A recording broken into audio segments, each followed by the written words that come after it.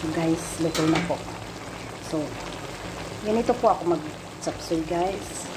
Instead maglagay po ako ng tawag yan. Para malapot ang tawag yan, ang sarsa. So, ayoko po ng malapot. So, gatas po ang nilalagay ko guys. Try nyo po. Masarap. Ayan, masarap. Paborito ng mga anak ko to. Ayan. Basta ganyan na niluluto ko po. Ayan. Ayan. Pang last, so luto na po yan. Ayan. Kain na po tayo. Ayan guys. Ayoko po yung malapot ang sabaw.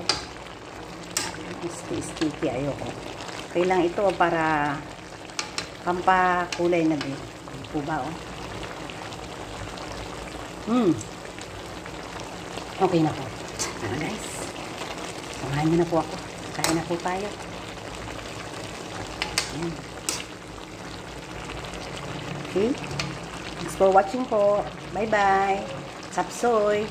Hala grandmother.